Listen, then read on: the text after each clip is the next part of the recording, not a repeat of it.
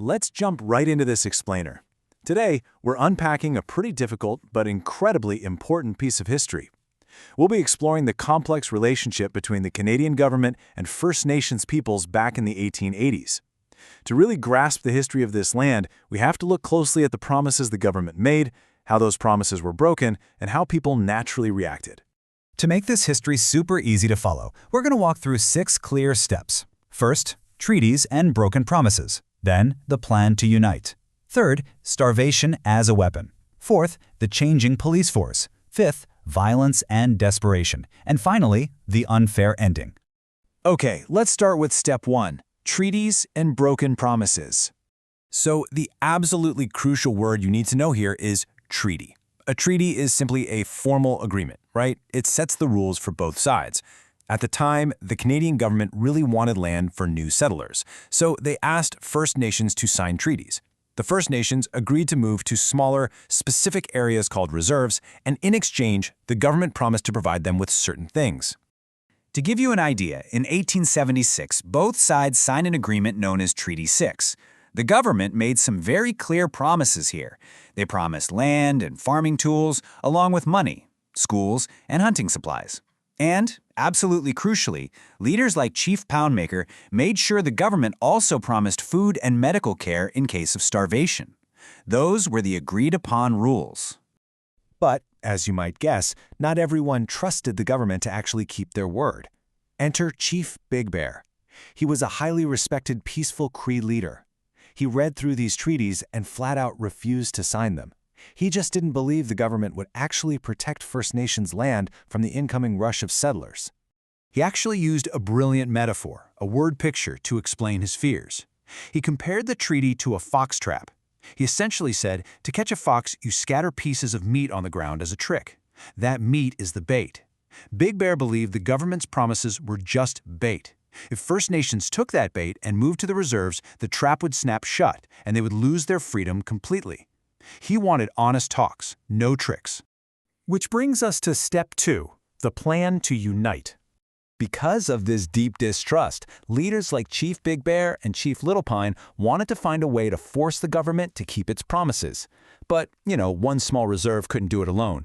So they started holding secret meetings during large cultural gatherings called powwows. Their big idea? To join their lands together and create one massive reserve. The logic was simple. If all First Nations stood together as one massive united group, the government would simply have to listen to them. Let's move on to step 3, starvation as a weapon.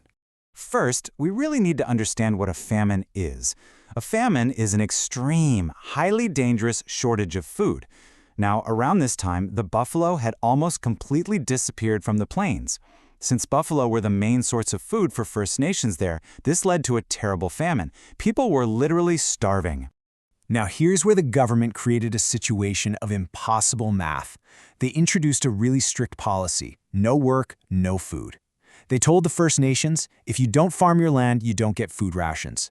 But here's the catch. The government completely refused to provide the promised farming tools and seeds. They demanded the work, but actively withheld the supplies needed to do it. It was an impossible situation, basically designed to starve leaders like Big Bear into surrendering.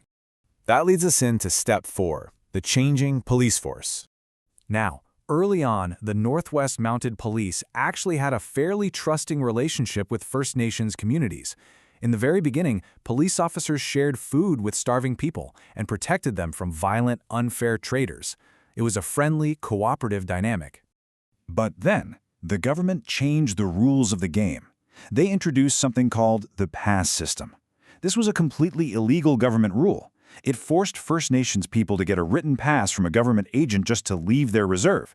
This directly broke the treaty promise of free movement. And worse, the government ordered the police to enforce it.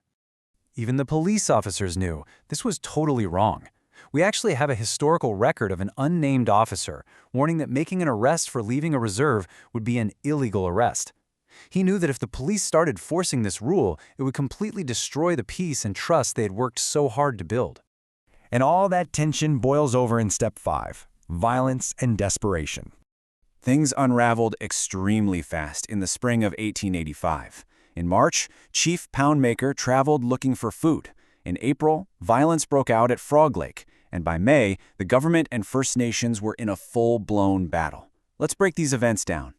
On April 2nd, at a settlement called Frog Lake, the frustration finally exploded. Government agents had repeatedly refused to give food to the starving Cree people. Driven by pure hunger and desperation, a group of young Cree men attacked the settlement, ultimately killing 9 settlers. When Chief Big Bear arrived on the scene, he shouted, frantically trying to stop his men from shooting. But it was too late. He had lost control of his starving people. Shortly after, that violence reached Chief Poundmaker. On May 2nd, a government troop commander actually disobeyed his own orders. He marched his soldiers to Cut Knife Hill and attacked Poundmaker's sleeping camp. Imagine waking up to that. The Cree and Assiniboine men fought back to defend their families. They surrounded the soldiers and forced them to retreat.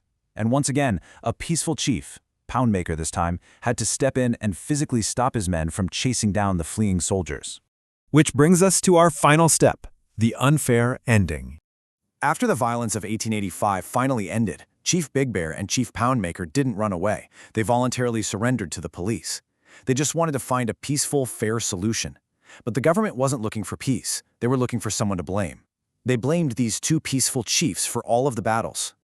The results of the trials were devastating. Both chiefs were widely known as peaceful leaders. Both had literally risked their lives to stop their men from fighting. Yet, the Canadian government found them guilty of treason, the ultimate crime of betraying your country. They were sent to prison. And sadly, because of the harsh conditions there, both men became very sick and died shortly after. Chief Poundmaker's own words at his trial really hit home. He said, "Everything I could do was done to stop bloodshed. You did not catch me. I gave myself up. You have got me because I wanted justice." He surrendered because he genuinely believed that government would be fair. Instead, he was punished simply for asking the government to honor its own promises.